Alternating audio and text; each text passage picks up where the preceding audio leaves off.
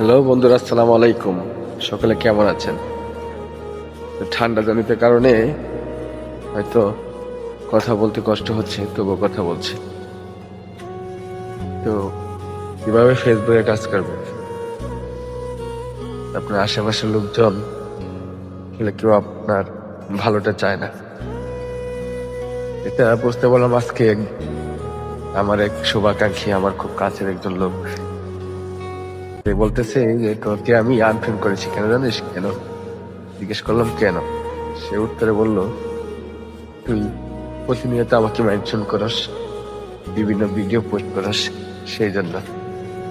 আচ্ছা, তখন বুঝতে পারলাম যে আসলে আশেপাশের লোকজন কিরকম করে, মানে শুভাকাঙ্ক্ষী। তখনই গেস করতে পারলাম যে মানুষ কতটা আপন। সত্যিকারের অর্থে কেউ কখনো কারো ভালো চায় না।